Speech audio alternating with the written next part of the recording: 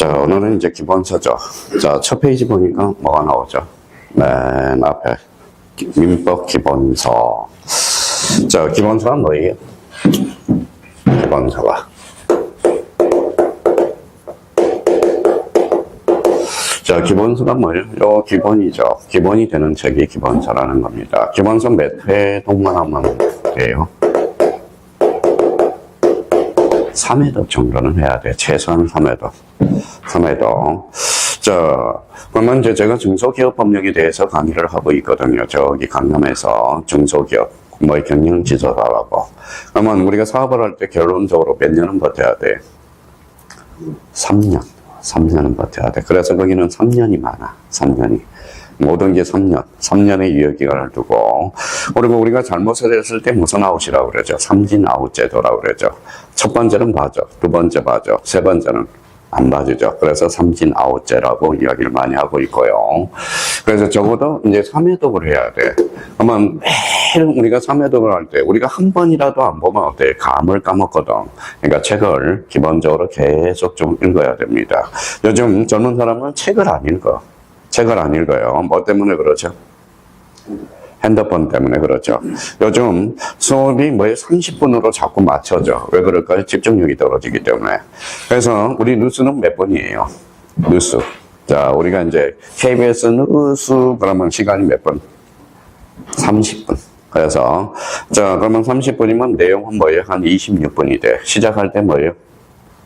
오프닝 멘트, 그 다음에 클로징 멘트. 이 클로징 멘트를 제일 잘하는 사람이 저기 JTBC 그건 뭐예요? 저기 아나운서 하나 있죠. 우리 아나운서 그분이 이제 클로징 멘트와 오프닝 멘트를 잘하거든. 그래서 뉴스는 딱 30분으로 책정이 돼 있어요. 그럼 결론적으로 우리 모든 책은 3회독이라는 거야. 3회독을 해줘야 되고. 자, 3회독이 이제 들어가기 전에 이제 첫 번째는 읽어, 그냥. 읽어. 모르더라도 체크를 해놔. 어차피 몇 회 반복이 돼요. 자, 요 책은 이제 3회독이 반복이 돼요. 몇 월달까지? 1, 2, 3, 4. 그럼 5월달, 6월달은 뭐가 나올까요? 요걸 줄여놓은 뭐가 나와요? 요약집이 나와. 요약집. 근데 지금 제가 이제 실패한 게 뭡니까? 최초의 요약집을 처음 했어. 3년 전에 실시할 때. 그러니까 요약집을 하게 되니까 어때요? 처음에 1월 달에 들어온 사람, 2월 달, 3월 달에 들어온 사람, 5월 달에 들어온 사람이죠. 근데 공인중개사는 똑같이 뭐라는 거예요? 시작할 때 100명이 시작해서 똑같이 가면 되는데, 들쑥날쑥 그래. 그래서 난이도 맞추기가 쉽지가 않아요. 그러니까 여기는 지금 3주 시작했죠. 그럼 딴 사람에 비해서는 어때요? 완전 할아버지야, 할아버지. 시작이 빨랐으니까. 근데 1월 달에 또 이제 처음 오신 분, 12월 달에 처음 오신 분들은 한참 떨어져 있거든. 그러니까 그게 차이라는 거예요. 지금부터 시작하면 누구나 다 합격을 할 수 있어. 합격할 수 있어요. 그러면 기본서를 삼학해줄 때 제일 하는 거는 뭐예요? 뭐라고 써놨죠? 목차. 목차를 한번 펼쳐봐요. 자, 목차라는 게 나와 있어요. 컨텐츠라고 나와 있을 거예요, 영어로. 자, 목차.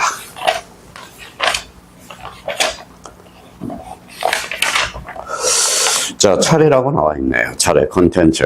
자, 컨텐츠 해가지고, 처음에 파트 1, 요거 뭐가 나와 있어요? 민법 총칙. 그렇죠. 민법 총칙. 그러니까 일단은 크게 이거부터 외우는 습관을 들으라고. 민법 총칙, 그렇죠. 자, 총칙. 그래서 제가 어쨌든 이제 강의를 하는데 너무 수강생들이 책을 안 읽으니까 책 읽어주는 민법 교수 이렇게 이제 책을 혼자서 못 읽더라고 사람들이. 그러면 거기에 차례해서 민법 총칙. 그러면 총칙 동그라미 쳐놓고 총칙은 뭐예요? 공통점이야. 그러니까 뭐의 공통점이냐?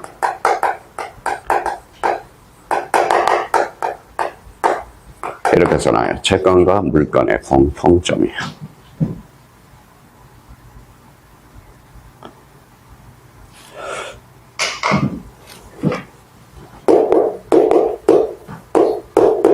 그러면 이 파트 뭐가 나오죠?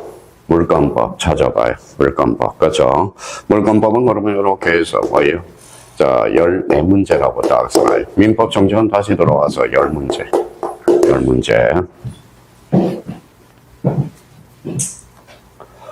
자, 크게 먼저 보라고. 그러면 뒷장 넘겨서 뭐예요? 계약법이 있어요. 계약법. 근데 계약법은 채권법의 일부분입니다. 그러면 계약법은 뭐예요? 그러면 채권법이라면 상당히 힘들어. 근데 이제 채권법 중에 무슨 법만? 계약법만. 이거는 이렇게 써놔요. 10문제. 10문제. 자, 파트 4가 있어요.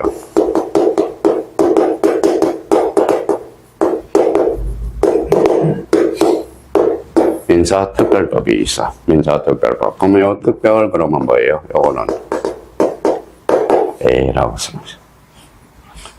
자, 민법의 A적인 법률이에요. 누굴 보호하기 위해서? 약자를 보호하기 위해서. 자, 주택임대차 보호법은 뭐예요? 누굴 보호하기 위해서 나오죠? 약자를 보호하기 위해서 나온다고. 누굴 보호하기 위해서? 임차인. 그죠? 임차인. 그래서 민사특별법. 요거는 이렇게 해서 나와요. 6문제. 그러면 여기 봐봐요. 그러면 이제 손을 요렇게 이제 엮어볼게요. 자, 선을 보면 뭐예요? 자, 요즘 책 팔아먹으려고 뭐예요? 자, 지금 목자를 선으로 연결하니까 뭐예요? 뭐라고 써놨죠? 체계도라. 그래서 막 책 팔아먹으려고 체계도 이렇게 나온 거. 그러면 체계도라는 것은 목차를 선으로 연결하는 게 체계도야. 체계도예요. 그러면 이제 민사특별법. 그러면 민사특별법 너무 왔다 갔다 하면 복잡하니까 다시 거꾸로 올라가 보자고. 민사특별법 몇 개 법률이 있냐? 5개 법률이 있어. 5개 법률. 하나가 뭐예요? 주임법. 그래서 우리 간단하게 주택임대차보호법. 그래서 주임법이라고 우리 이제 간단하게 우리 소통을 할 수 있도록. 자, 그러면 제2편 2장은 뭐가 나와 있죠? 상임법이 나와 있어. 상임법. 그래서 상가 건물 임대차보호법. 그래서 상임법. 자, 3번은 뭐가 나오죠? 집합 건물 소유 및 관리에 관한 법. 그래서 요거는 집소법. 준석 씨는 뭐예요? 아파트에 살죠? 비슷해. 그게 바로 뭐예요? 공동주택 집소법이거든. 뭐 우리 유리 씨는 저번에 여쭤봤으니까. 그러면 집소법. 뭐 우리 저 토요일 날은 이제 공시법과 관련돼서 공시법 토요일 날 3시부터 6시까지. 혹시 뭐 갱미 관심이 있으면 뭐예요? 끝나고 8시까지 경매를 들으면 돼요. 제가 그러면 3시부터, 토요일 3시부터 8시까지 있으니까. 그래서, 뭐, 경매 분석만 하면 되거든. 그래서 나중에 사이트도 가르쳐 주고. 그러니까 1년 동안 공부하면서 뭐의 경매 물건도 한번 잡아보자. 경매 물건도. 그러니까 의학이 있으면 뭐, 우리 돈은 뭐 한 25만 원인 거 알고 있어요. 저는 돈 되게 싫어해. 돈 되게 싫어요. 뭐 돈에 막 결제하고 막 이런 걸. 오히려 저는 뭡니까? 돈에 대해서는 뭐 되게 뭐 원장님 결제해 놓으세요. 그러면 돈 되게 싫어요. 나는 돈이 없으니까 남들 돈 내라는 걸 되게 싫어하거든. 그렇게 해서. 자, 그래서 이제 집소법과 관련돼서. 그러면 우리 경매 나오면 뭐가 있어요? 아파트. 대표적으로 다가구, 다세대. 아까 말씀하셨던 오피스텔, 그 다음에 토지 경매, 이런 거거든. 대표만 보면. 그러면 아파트는 경매가 들어가면 어때? 토지거래가구역을, 토지거래허가증을 받을 필요 있어, 없어? 받을 필요가 없죠. 왜 그러니까? 경매는 계약이 아니거든. 그러면 토지거래허가구역이 지정이 되면 경매는 뭐에 빠져나갈 수 있는 구멍이 있어. 근데 문제는 경매는 다 뭐에 빠져나가. 근데 딱 하나 문제점이 있어요. 뭘까요? 문제점이. 예, 대출 문제야, 대출 문제. 과거에는 뭐 90%까지 대출을 해줬는데, 지금은 뭡니까? 지금은 한 DSR 제도 이런 거에서 한 60%, 만약 10억짜리 받는다. 그러면 어디까지 대출? 한 6억 정도 대출해야 돼. 나머지 4억 정도. 그러니까 경매도 결론적으로 뭐가 있어야 돼? 총이 있어야 돼, 총. 돈이 있어야 된다라는 겁니다. 그러니까 뭐, 자기가 그러니까 공부하면서 경매로 돈 벌 수 있으니까, 나름대로. 그러니까 계속 관심을 가져야 돼. 우리가 뭐라는 거예요? 관심을 가져야 뭔가 물건이 보이죠. 그래서 자기가 아파트를 한번 보여보려 있다. 그럼 나홀로 아파트는 돼야 안 돼. 나홀로 아파트는 사지 말아야 돼. 대표적으로 30세대에서 80세대가 나홀로 아파트는 그럼 투자 가치가 없어요. 그런 것들은 우리가 배운 게 이제 집소법, 아파트가 대표적이고. 자, 4번에는 뭐가 있죠? 자, 가등기 담보에 관한 법률. 그래서 가담법이라고 써요. 가담법 동그라미 쳐놔요. 가담법. 가담법. 가등기 담보에 관한 법. 이거는 뭐 때문에 나왔어요? 조폭 때문에. 조폭이 옛날에 돈을 구워주고 봐봐요. 집을 돈을 구워주고 6억짜리인데 돈을 1억을 구워줘. 그러면 뭐예요? 자, 이전 등기할 서류를 다 확보를 해놔. 금전소비대차 계약을. 그러면 몇 억짜리를? 6억짜리를 몇 억? 1억을 구워주고 요 6억을 꼴꺽 삼겼던 거예요. 조폭. 그래서 과거에 조폭들이 돈을 번 거야. 지금은 안 돼요. 지금은 얼마예요? 읽어봐요. 몇 억? 6억. 몇 억? 1억. 그러면 요게 이제 만약에 설사 뭐 6억짜리를 묻고 숨길 수가 없어. 그러면 1억은 네가 먹고 5억은 돌려주라는 게 이게 취지가 바로 가등기 담보에 관한 법률이거든. 그래서 이 조폭들 때문에 나온 게 가담법이라는 거. 지금은 어느 정도 안정이 돼가지고 가담법은 과거에는 뭐에 두 문제가 출제되는데 이거는 한 문제 정도가 출제되고 있어요. 그러면 자, 주임법 한 문제, 상임법 한 문제, 그 다음에 집소법 한 문제에서 그러면 그 밑에 뭐가 나와 있죠? 부실법. 동그라미 쳐놔요. 부실법.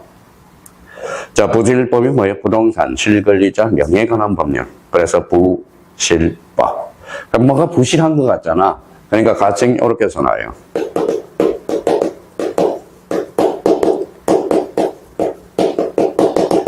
명의신탁이라고 써놔라. 명의신탁. 자, 명의신탁이 이제 한 문제에서 두 문제 정도가 출제되고요. 그래서 통상 이제 뭐예요? 요거에서 가동가다 상임법, 주임법이 한 문제에서 두 문제 출제되는 거야. 기본적으로 아마 하나 해서 여기 하나 해서 다섯 문제에서 요 둘 중에 이제 한 문제가 더 출제돼서 몇 문제? 6문제. 그러면 민사특별법 그러면 이렇게 해서 선을 또 연결해 주는 게 체계도라는 거야. 세계도. 그러면 여기 봐봐요. 그러면 민사특별법은 미리 할 필요가 없어. 어차피 읽어봐요. 애니까 암기를 해야 되거든. 민사특별. 영어는 암기를 잘하는 사람이 잘 문제를 풀어나갈 수가 있어요. 그래서 요 정도 우리가 잡고. 자, 이제 계약법으로 왔어요. 계약법은 어떻게 나와 있어요? 계약법 총론하고 총론 줄쳐놔요. 계약법 강론으로 나눠지거든.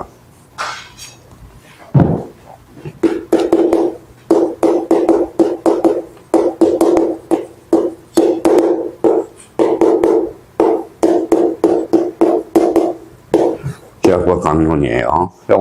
여기서 5문제. 5문제. 합치니까 몇 문제예요? 10문제. 근데 계약법은 오히려 쉬운데 사람들이 꼼꼼해야 돼. 요 계약법 말장난을 많이 쳐요. 말장난을 많이 치고. 자, 계약법과 관련돼서 그러면 우리가 이제 계약법에서 대표적으로 우리 계약의 종류 배웠죠. 계약법은 그러면 최소한 이 정도는 알아야 돼. 계약의 종류는 뭐가 있어요? 15개가 있죠. 그래서 이제 한번 덜어놔요. 재산은 정여, 매매, 교환. 몸으로 뜨는 것은 대차와 관련돼서는 소비대차, 사용대차, 임대차. 그러면 몸으로 뜨는 거, 고용, 도급, 현상 광고, 임치, 그다음에 여행 조합계약, 여행계약, 기타는 종신정기금, 하해. 그렇죠. 자, 종신정기금 하니까 어제 사건 하나 벌어진 게 있네요. 자, 일본에서 뭐 로또 복권 65억에 당첨돼서 남편이 일본의 사건이에요. 근데 남편이 뭐 65억에 당첨이 됐는데 부인 속이고 자기가 당첨됐다라는 걸 모르고 당첨됐다는 걸 속였다는 거야. 근데 2년 동안 뭐예요? 2년 동안 속여왔어요. 그러니까 2년 동안 뭐예요? 만 옷 입고 밖에 나가서 옷 갈아입고 나가는 것도 이제 지겹대. 그러니까 거짓말은 거짓말을 낳는다는 거야. 그러니까 뭐예요? 자, 한 20억을 썼나 봐. 그럼 몇 억이 남아있죠? 45억. 부인한테 이실직고하고, 그 다음에 요 45억을 그러면 은행에다 넣어놓고 종신정기금으로 하자. 그래서 종신정기금은 은행에다가 45억 집어넣고, 그러니까 뭐 1년 보면 한 달에 한 번씩 나한테 뭐예요? 150만 원을 줘라. 이렇게 해가지고 종신정기금을 했대요. 그러니까 거짓말은 거짓말을 낳는 거야. 사실 따지고 보면. 그래서 그게 이제 그러면 계약법에서 제일 중요한 것은 뭘까요? 계약의 종류. 계약의 종류. 요거는 뭐예요? 계약법 뭐예요? 강론이야. 그러면 공인중개사와 관련돼서는 이제 연결이 되는 것은 요거 써놔요. 강론 파트에서. 자, 매매, 교환, 임대차. 요거만 시험법이야. 그래서 우리가 중개 대상인 권리는, 중개 대상인 권리 읽어봐요. 매매, 교환, 임대차. 그래서 중개사법 선생님이 읽어봐요. 매교림 이렇게 암기를 하라고 그럴 거야. 그래서 매매는 그러면 몇 문제 출제되느냐? 가로 열고 두 문제. 교환은 몇 문제? 한 문제. 임대차 두 문제. 그래서 5문제가 출제가 되는 겁니다. 근데 교환 뒤에 하나가 있어요. 교환 뒤에 하나를 써요. 그게 한매라고 써놔. 한매.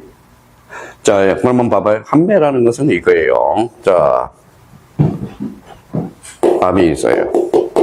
밥이 어랍해. 팔았다가 되돌려 사는 거야. 이게 한매야. 그러면 이 사람은 매도인이죠. 이 사람은 매수인이 되죠. 그러니까 한매라는 것은 팔았다가, 어라한테 팔았다가 나중에 딴 사람한테 팔지 말고 나한테 팔아라. 이렇게 한매야. 한매는 되돌릴 한자라는 거거든. 그럼 결론적으로 한매, 그러면 교환 한매와 관련돼서 올해는 교환 계약이 나왔는데 교환하고 한매, 그 교환대에는 한매도 있다라는 거. 그거 딱 기억하셔서 체계를 딱 잡아라. 매매 두 문제, 교환 한 문제. 교환이 안 나오면 한매가 나와. 임대차는 몇 문제? 두 문제가 출제가 되고 있어요. 그래서 여기 이제 이렇게 틀을 잡아 놓으라고. 자, 그렇다면 이제 물권법과 관련돼서 물권법 들어왔죠. 자, 물권법은 그러면, 자, 물권 그러면 여기 동그라미잖아요. 그러면 물권의 종류. 민법상 물권의 종류는 몇 종류죠? 8가지. 아주 좋아요. 그러면 물권법도 뭐라는 거 읽어봐요. 자, 총칙 부분이 있어. 한강편 나왔잖아요. 물권법 서론, 물권 변동. 그래서 챕터 1장하고 2장이 바로 물권법 총론이라고 그래. 물권법 총론. 그래서 1챕터 1, 챕터 2. 요걸 이제 묶어서 챕터 1하고 챕터 2까지 묶어서 거기에다 묶어놔서 한 4문제 정도가 출제가 돼요. 4문제 정도가 출제되고 있어요. 자, 그렇다면 이제 그러면 봐봐요. 그러면 물건과 관련돼서 이제 뭐예요? 뭐가 있어요? 우리 물건의 종류는 점유권이죠. 그럼 점유권이 나오는 거예요. 점유권은 가로 열고 한 문제. 자, 제4장 뭐가 나오죠? 소유권. 소유권은 3문제 정도가 출제돼요. 자, 그러면 물건의 종류를 알았으니까 잡아봐요. 물건의 종류는 크게 점유권과 본권, 본권은 소유권과 제한물권, 제한물권은 다시 용익물권과 담보물권. 그럼 용익물권 넘겨봐요. 그러면 이제 용익물권. 자, 용익물권은 그러면 줄쳐놔요. 지상권, 지역권, 전세권. 아, 그래서 가로 열고 4문제라고 써요. 자, 담보물권은 그러면, 담보물권은 그 옆에도 한번 써봐요. 담보물권은 대표적으로 그러면 직권, 질권, 저당권이죠. 근데 질권은 시험 범위가 아니야. 그러니까 뭐가 나오죠? 유치권하고 저당권. 그러면 저당권 뒤에 특수저당이 하나 나와. 그래서 가로 열고 건저당이라고 하나 써놔요. 건저당. 그래서 그러면 담보물권은 최소 몇 문제 나오느냐? 3문제. 유치권 한 문제, 저당권 한 문제, 건저당권 한 문제 이렇게 나옵니다. 그러면 여기 봐봐요. 자, 그러면 여기 이제 무슨 법이 있죠? 계약법. 여기는 물권법이 있죠. 물권법과 계약법의 공통점을 어디에다 걸어놨어? 민법 총칙. 그래서 민법 총칙. 그러니까 사실은 공부는 그러면 어디서부터 해야 돼? 사실 따지고 보면 요거 계약법하고 물권법 이걸 해야 돼. 요 계약법 물권법이랑 민법 총칙은 당연히 따라오거든. 근데 대부분 보면 이 틀에서 못 벗어나. 그러니까 자, 서울대학교 법학과 민법 교수님들이 민청부터 하기 때문에 이게 틀을 못 벗어난다고. 그러면 사실은 어디서부터 해야 돼? 계약하고 물권하고 민법 총칙. 그래서 아까 뭐라고 그랬어요? 채권과 물권의 공통분모라고 그랬잖아. 그렇죠? 그래서 의미가 딱 전개가 된다고. 자, 그러면 이제 민법 총칙으로 이제 돌아와 봐요. 자, 민법 총칙 제1장 무슨 변동이 나와 있죠? 권리 변동. 그래서 줄 다 하나요. 자, 이번에 뭐예요?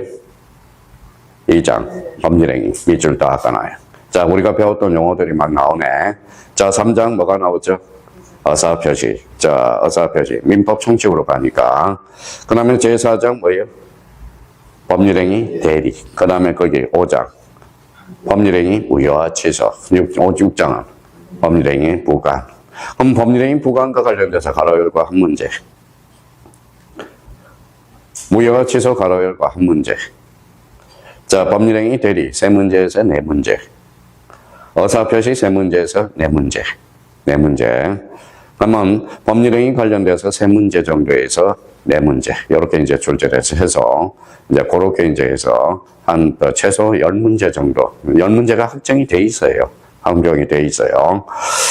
자, 그러면 이제 파트 1 부분에 대해서, 그러면 이제 여기에서, 그러면 이제 이렇게 잡는 거야. 처음에 이제 공부를 이런 스타일로 해야 돼. 그러니까 민법 정식, 목차가 쫙 떠올라야 되고, 그 다음에 여기 봐봐요. 물권법 목차가 떠올라야 되고, 그 다음에 계약법 목차가 이렇게 떠올라야 되고, 그 다음에 민사특별법 5개 법률이 떠올라야 돼요. 자, 그럼 한번 여쭤봅시다. 자, 그럼 우리 세법은 몇 개 세율이 있어? 6개. 그렇죠. 취득세, 양도세, 종부세, 종소세, 6개. 그럼 공법은 몇 개? 6개 법률. 국계법, 국토계획 및 이용에 관한 법률. 그 다음에 주택법, 그 다음에 건축법, 그 다음에 도시 및 주거 환경 정비법, 그 다음에 도계법, 그 다음에 농지법. 이렇게 이제 뭐 큰 틀은 일단 잡고 들어가라고. 근데 사람들은 나무를 먼저 봐야 돼. 나무를 먼저 보고, 항상 사람은 숲을 먼저 보고 나무를 봐야죠. 무슨 나무들이 많은지. 그런데 사람들은 실력이 안 나는 사람은 뭐부터? 나무부터 본다고. 그러니까 일단 숲을 한번 보고 그 숲 앞에 뭐가 있는지를 우리가 따져봐야 되는 겁니다. 그러면 우리가 그러면 거기 파트 1 거기에서 민법 정칙에서 제일 중요한 건 복습 좀 한번 해봅시다. 파트 1 옆에다 요거 하나 써놔요. 자, 우리 복습.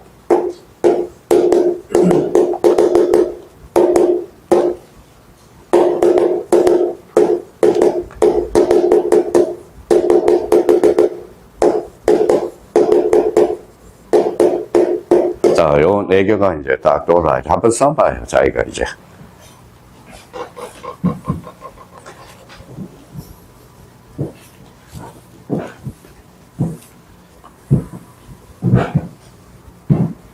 자, 그러면 이제 두 번째 하는 거니까. 자, 권리가 뭐예요? 그렇죠, 법이 주는.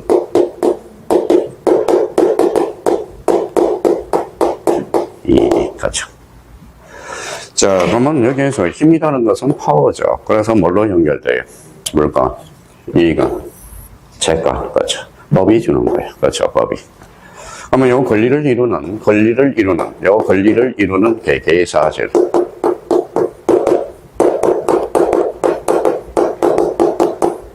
자, 개개의, 그 권리를 이루는 개개의 사실. 이걸 뭐라고 그래? 권능이라고 그래. 그러면 여기에서 이제 요거는 쓸 필요가 없죠. 소유권은 물건이죠. 물건이면서 뭐예요? 권리죠. 소유권을 이루는 개개의 사실. 이걸 권능이라고 그래. 그럼 소유권은 몇 가지 권능? 사용, 수익, 처분. 3가지 권능이다. 전세권은 그러면 물건이죠. 권리죠.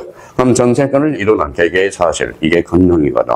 권능은 뭐예요? 사용, 수익. 그래서 끝자따서 용익, 물건. 그죠? 그러니까 이제 뒤에 이제 돌릴 겁니다. 그러면 권한이라는 것은 뭐예요?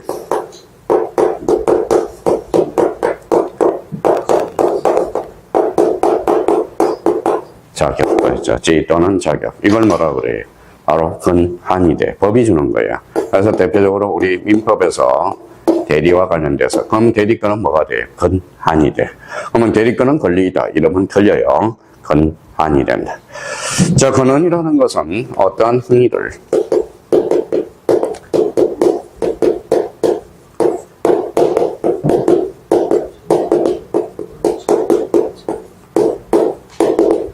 어떠한 행위를 정당하게 하는 원천, 이게 바로 권한이라는 거야. 그래서 이제 우리 법을 뭐라고 써놨죠? 민법, 공시법,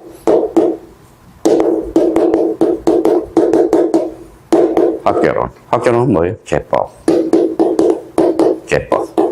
학개론이라는 것은 다 종합적인 거여서 개법이야. 그 다음에 이제 학개론은 끝이 안 보여. 그러니까 개론이니까. 기본적으로 그래서 개론이니까 뭐라는 거예요? 뭐 이론들이 많죠. 그래서 학개론은 끝이 안 보여. 민법은 처음에는 입문하기는 힘들지만 끝이 보여요. 근데 학개론과 관련돼서는 그러면 통상 개법이에요. 그 다음에 이제 봐봐요.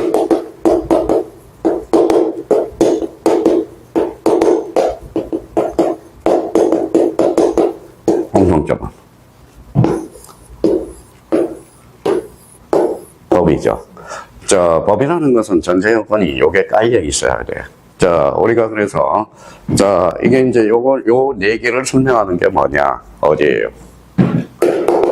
우리 이제 교양으로 읽어봐요. 법학개론에서 이제 배워. 법학개론. 자, 우리가 만약에 비전공자도 교양 필수로 뭐에 법학개론을 배우거든. 법학개론. 우리 부동산에는 부동산 학개론이 있듯이 법학개론에 이제 첫 시간에 뭘 배워요? 권리, 권능, 근원, 그 다음에 한을 배우게 돼. 이 네 가지 개념이 아주 중요한 개념이라는 겁니다. 자, 그러면 이제 공부하는 패턴은 그러면 요 목차는 매일매일 보라고. 매일매일 보라는 겁니다.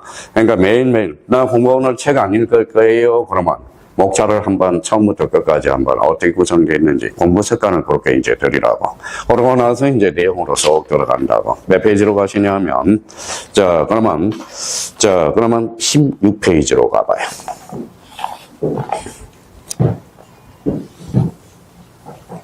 자, 16페이지 폈어요. 자, 제목이 뭐예요? 권리, 변동. 그렇죠. 자, 그러면 여기 봐봐요. 아까 권리로 출발했죠. 자, 권리 변동이라는 것은 변동. 그래서 권리라는 것은, 그럼 해석할 때 권리란 법이 주는 힘 또는 이익. 그럼 변동이라는 것은 결론적으로 떠나요. 바로 득실 변경이네. 득실 변경. 득실 변경.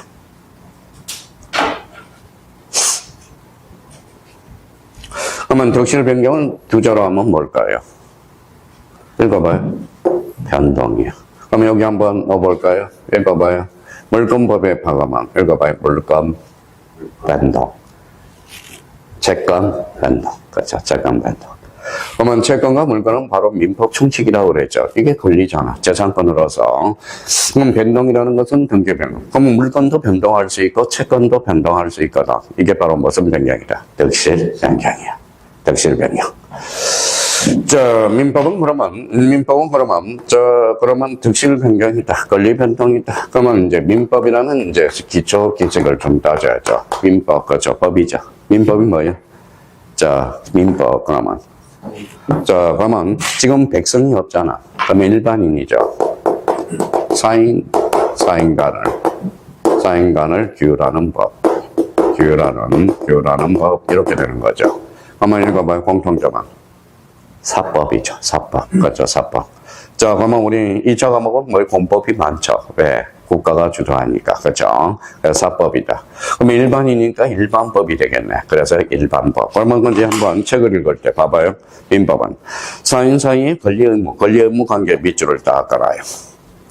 자, 일반적으로 적용되는 일반사법 줄잖아요. 그래서 일반사법, 즉 일반법이라고 그래. 그래서 실질적 의미의 민법이라는 거. 자, 그러면 이제 법규범, 그래서 법줄 정하고. 2번에 뭐가 나오죠?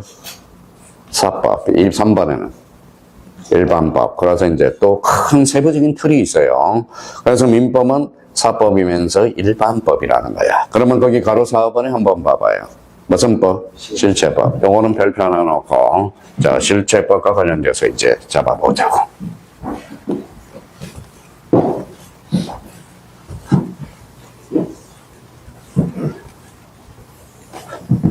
작년에 이제 우리 시험 본 사람 중에 누님이 한 분 계셔요. 저보다 한 살이 어린데, 여기 보면 이제 누님이죠. 쓰기를 싫어해. 선생님 귀찮아 죽겠어요. 그만 써요. 막 그래요. 그냥 화면 띄워서 합시다. 그러니까 떨어지는 거야. 무슨 말씀인지 아시겠죠? 그러니까, 그러면 이제 뭐예요? 써봐야 돼. 그럼 실체법이 뭘까라는 거죠. 그러면 거기에다가 이렇게 써봐요. 자, 위에다가 이제 실체법.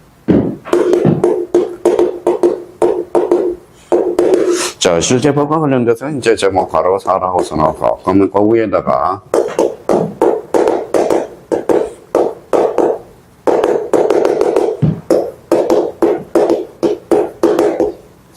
자, 실체하고 절차법의 관계를 봅시다. 관계를.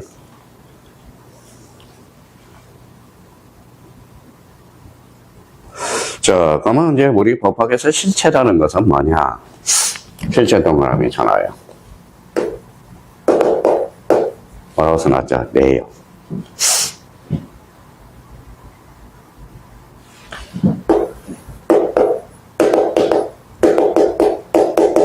뭐라고 써놨죠? 형식이죠.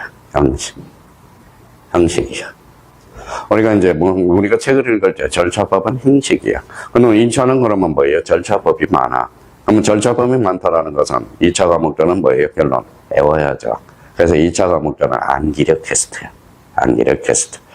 자, 그러면 민법은 권리의무 내용을 해석하는 거거든. 그래서 민법은 무슨 법이다? 실체법이야. 그래서 내용을 해석하는 거. 그러면 예를 하나 써요. 자, 민법은 그러면 대표적인 무슨 법이다? 실체법이라고 그래. 자, 그러면 여기에 대해서 2차 과목에서 특히 우리 토요일 날 했던 이제 3주차 되면 이제 좀 일정을 좀 잡아요. 토요일 날도 수업 빠지지 말고 이제 일정을 잡아서 1년간 커리큘럼을 자기가 책정을 해놓으라고. 책정. 그러면 부동산 등기법은 무슨 법이? 절차법이네. 그러면 민법과 등기법은 무슨 관계? 요거는 실체 관계. 요거는 절차 관계야. 절차 관계. 그러면 여기는 법에 서류 구비되면 등기해줘야 안 해줘요? 해주죠. 그럼 부실 등기가 나와 안 나와? 나오죠. 그럼 부실 등기가 나온다는 거. 그러니까 우리 등기는 서류만 완벽하게 이주해서 서류만 구비해두면 등기가는 해줘버려. 그럼 부실 등기가 나와 안 나와? 나오죠. 그럼 등기를 믿을 수 있어 없어? 없어. 그러니까 등기에 믿음을 안 줘. 그래서 공신력이 불인정된다고 그래요. 그러니까 그러면 민법과 그러면 등기법의 관계는 무슨 법이에요? 실체법과 절차법의 관계. 관계라는 거야. 그래서 이거는 실체 관계, 이거는 무슨 관계? 절차 관계라는 거. 그걸 기억해 둘 필요가 있어요. 그러면 우리가 통상 실체법이라는 것은 내용을 해석해 주는 거고, 절차법은 뭐예요? 형식거죠. 형식을 갖춰줘야 돼. 자, 그러면 거기 가서 이제 그러면 이런 관계를 하나 딱 따져놓고 한번 읽어보죠. 자, 봐봐. 규정 내용이나 적용 방법에 따라서 직접적으로 권리 의무에 대해서 권리 의무 줄잖아요. 권리 의무에 관해서 정하는 실체법, 헌법, 그 다음에 헌법과 절차법상 권리를 실현시키기 위해서 이행시키기 위한 절차를 정하는 절차법. 대표적으로 소송법이죠. 민사소송이라든지 형사소송법이라든지 민사집행법. 대표적으로 이제 민사집행법이 이제 뭐예요?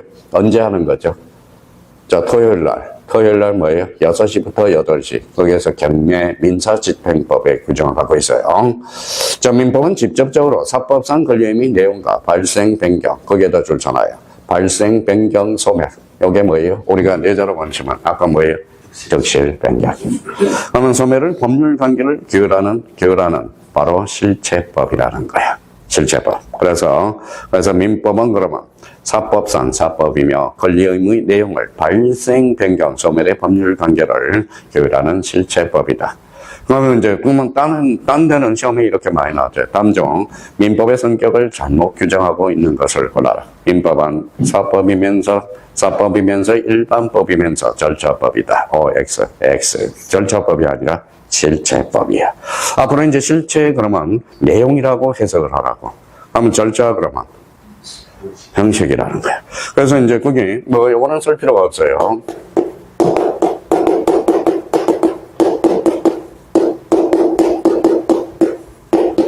자, 뭐라고 써놨어요? 자유민주복지국가. 이게 뭐예요? 헌법의 대전제 요건이야. 헌법의 대전제 요건. 여기 읽어봐요.